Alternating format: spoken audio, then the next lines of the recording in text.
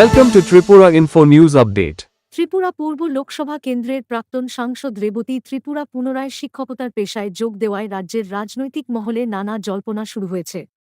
2019 সালে সাংসদ নির্বাচিত হওয়ার আগে তিনি একজন সহকারী শিক্ষক হিসেবে কর্মরত ছিলেন। তবে শিক্ষকতায় ফেরার সিদ্ধান্তের কারণ সম্পর্কে তিনি এখনও কোনো প্রকাশ্য মন্তব্য করেননি।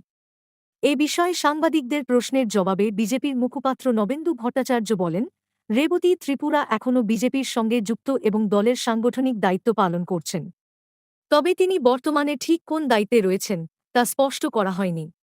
এদিকে প্রাক্তন সাংসদের ঘনিষ্ঠ মহলের একটি অংশের দাবি, সরকারি চাকরিতে ফেরার পেছনে পূর্ণ পেনশনের বিষয়টি ভূমিকা রাখতে পারে। তবে এই দাবির কোনো আনুষ্ঠানিক সত্যতা মেলেনি।